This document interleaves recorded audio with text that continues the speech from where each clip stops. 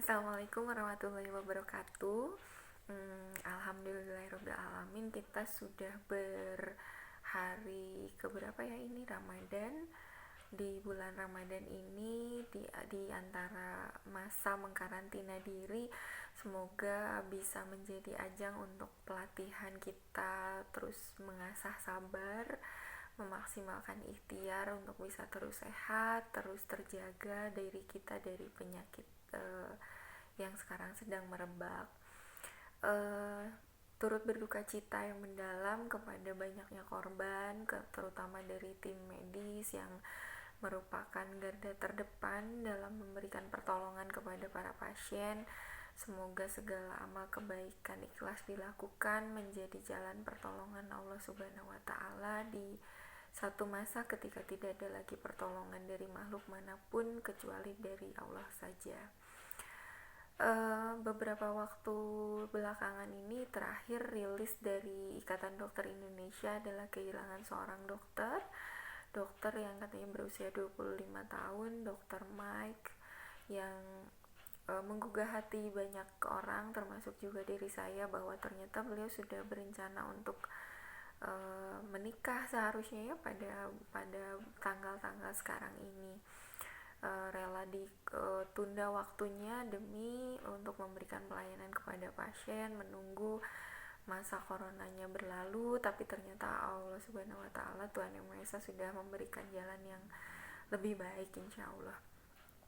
Dengan tidak mengurangi rasa hormat kepada keluarga dan semua kerabat atau teman-temannya, izinkan mari kita sama-sama mengambil hikmah dari apa yang terjadi ini, bahwa pada semulus apapun jalan, semudah apapun proses yang ada di hadapan, jika itu tidak atas restu Tuhan, memang akan demikian sulit dilakukan. Jadi ini juga mungkin menjadi catatan bagi kita, pelajaran bagi terutama para lajang yang masih menantikan pasangan, adalah bahwa secara pribadi kan beliau ini sudah tidak ada kendala ya, pasangan sudah ada, kemudian saling mencintai, restu keluarga juga sudah didapatkan, tinggal menunggu waktunya saja. Mungkin masih ada pertimbangan kenapa tidak disegerakan. Pelajaran yang pertama adalah bahwa niat baik memang sebaiknya tidak ditunda mungkin ya. Jadi 8 tahun bersama itu, saya yakin pasti ada alasan yang melatar belakanginya kenapa tidak segera untuk menikah pada saat itu misalnya. Tapi menjadi pelajaran bagi kita adalah bahwa pada saat kita sudah meniatkan baik, bisa jadi kesempatannya yang terbatas. Kita mungkin bisa menunggu, tapi waktu tidak mau menunggu.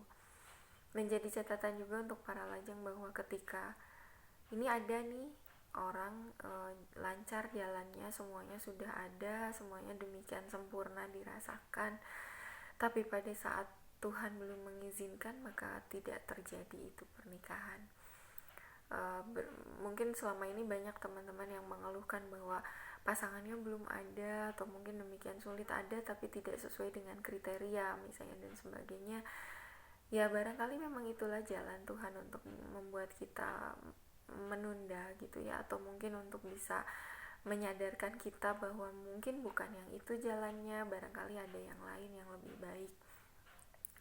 Pada beliau ini kan semuanya sudah lancar, tapi ada saja kendalanya, karena memang konsepnya segala sesuatu yang sudah kita rencanakan pada dasarnya adalah menyesuaikan diri dengan rencana Tuhan. Kemudian juga pada semudah apapun jalan, pada semulus apapun rintangan yang ada, ketika sesuatu tidak ditakdirkan untuk kita, maka tidak akan sampai kepada kita. Pun jika sesuatu ditakdirkan bagi kita, pada seberat apapun upaya untuk memperolehnya, serumit apapun jalan untuk menjalaninya, pada akhirnya akan sampai kepada kita karena memang ditakdirkan bagi kita. Jadi menjadi pelajaran sekali bahwa ketika kita sangat menginginkan sesuatu, seperti yang disampaikan di dalam Al-Quran, boleh jadi kamu menyukai sesuatu padahal itu belum tentu baik bagi kamu, atau boleh jadi kita membenci sesuatu padahal itu justru yang terbaik bagi kita. Pengetahuan kita terhadap segala sesuatunya terbatas. Kita tidak bisa memaksakan diri untuk tahu segala sesuatunya, kecuali memang dengan melibatkan Allah pada akhirnya. Ada yang kita tidak tahu, Allah lebih tahu. Itulah kenapa di dalam Al-Quran kita diajarkan untuk tidak berkata seandainya. Jadi gak boleh kita mengatakan seandainya tadi begini ya, seandainya dulu saya melakukan ini, itu sebaiknya tidak dilakukan.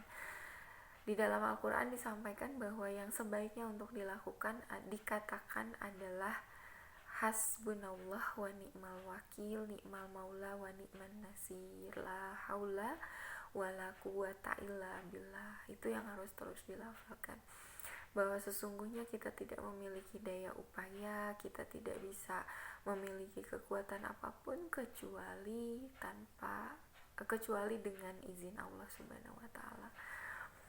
Jadi dalam kita melakukan semua upaya di dunia, kesadaran-kesadaran seperti inilah yang harus terus ditanamkan untuk membuat kita terus berhusnuzon pada rencana Allah, bahwa di balik apapun jalan kerumitan, kita meyakini insya Allah ada kemudahan.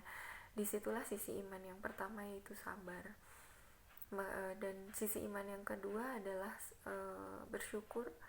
Maka ketika diberikan kemudahan jalan, kita bersyukur di dalam prosesnya, semoga dengan itu Allah mudahkan segala sesuatunya bagi kita. Tapi ini juga menjadi ambigu ya, tidak lantas menjadi bahwa saya sudah yakin sama Allah tapi kemudian ternyata tidak diberikan. Tetap saja meyakini bahwa pasti ada jalan lain yang akan lebih baik jika nanti mungkin waktunya belum tepat. Mungkin jika ditunda akan bisa menjadi lebih memberikan kebaikan yang jauh lebih besar bagi kita misalnya. Kita tidak tahu apa yang ingin Allah berikan setelah itu.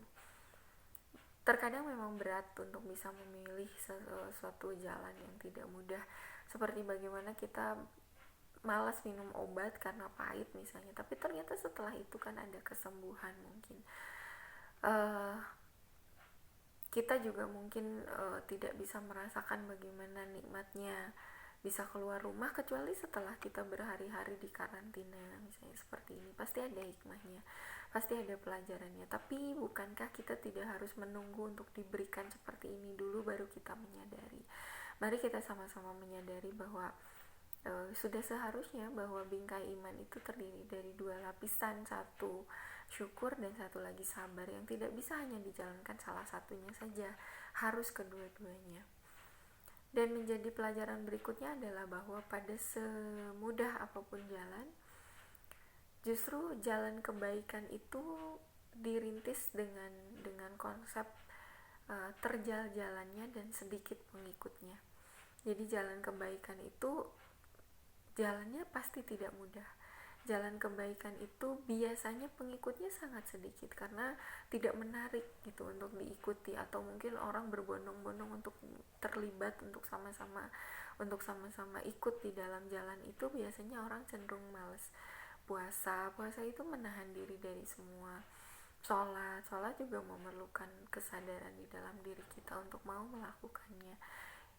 Itu juga memerlukan upaya.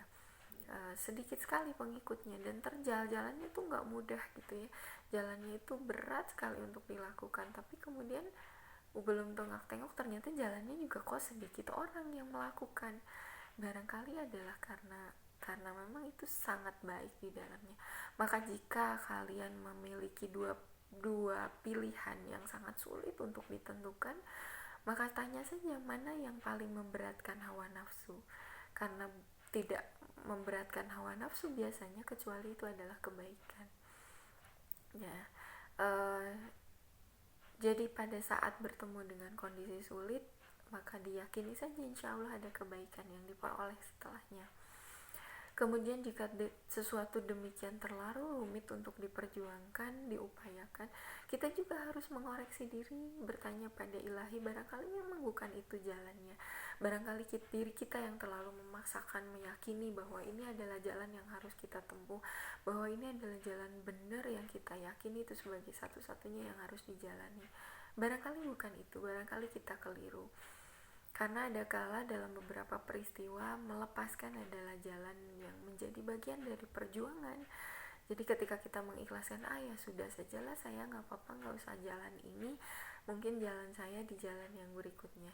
Nah, ini juga menjadi catatan kebaikan, karena bisa jadi kebaikan kepada diri kita hadir setelah kita mengikhlaskan. Karena melepaskan juga merupakan perjuangan. Jadi jangan dikira bahwa pada saat orang diem aja gitu nggak ngapa-ngapain itu betul-betul tidak melakukan apa-apa. Bisa jadi dalam proses dia melepaskan inilah dia sedang melakukan kebaikan yang dengan tidak dia sadari gitu ya. Jadi ya sudahlah, ikhlas saja misalnya, meskipun tidak terucap. Ikhlas itu berat, ikhlas itu sulit, karena ikhlas itu seperti gula putih ya, seperti gula yang dilarutkan dan tidak pernah disebut kopi gula misalnya, tidak pernah disebut sirup gula gitu, hanya sirup saja, hanya kopi saja, tapi dia ikhlas tetap memberikan manisnya gitu. Itulah kenapa malaikat Nabi Muhammad SAW ditanya oleh para sahabat, ya Rasulullah, ikhlas itu apa? Beliau tidak menjawab. Beliau memilih untuk bertanya kepada Jibril. Jibril, ada umatku bertanya, ikhlas itu apa? Dan ternyata malaikat pun juga tidak berkenan menjawab. Beliau bertanya lagi pada Allah, ya Allah, ikhlas itu apa? Bayangkan ya, jika yang mulia Rasulullah SAW saja tidak berkenan mengklaim keikhlasan, malaikat pun juga tidak berkenan untuk mendefinisikan, apalah kita, siapalah kita ini yang selalu mengatakan saya mah ikhlas gitu. Bener dah, ikhlas, saya mau melakukan itu. Sementara yang mulia saja tidak melakukan itu. Udah beda ya kelasnya, udah kelihatan banget gitu. Nah, ketika pada saat malaikat bertanya pada Allah, maka Allah jawab bahwa yang dimaksud dengan ikhlas itu adalah rahasia di balik rahasia, sesuatu yang hanya aku dan hambaku yang tahu. Jadi tidak ada lagi yang berhak yang tahu selain aku. Jadi saking rapatnya, saking rahasianya, demikian sulit dicapainya nilai ikhlas. Karena dalam sebuah peristiwa kita tidak hanya cukup dengan menjalani apa yang terjadi di balik bagaimana kita menjalani tersebut, Allah yang lebih tahu. Bagaimana hati kita pada saat menjalankannya, Allah yang lebih berhak menilainya. Semoga menjadi pelajaran bahwa tidak selalu yang mudah itu adalah jalan kebaikan. Menjadi introspeksi diri bagi diri kita dalam saat ketika kita menunda setiap peristiwa baik dalam hidup kita. Semoga menjadi hikmah. Insya Allah kita sama-sama terus belajar. Assalamualaikum warahmatullahi wabarakatuh.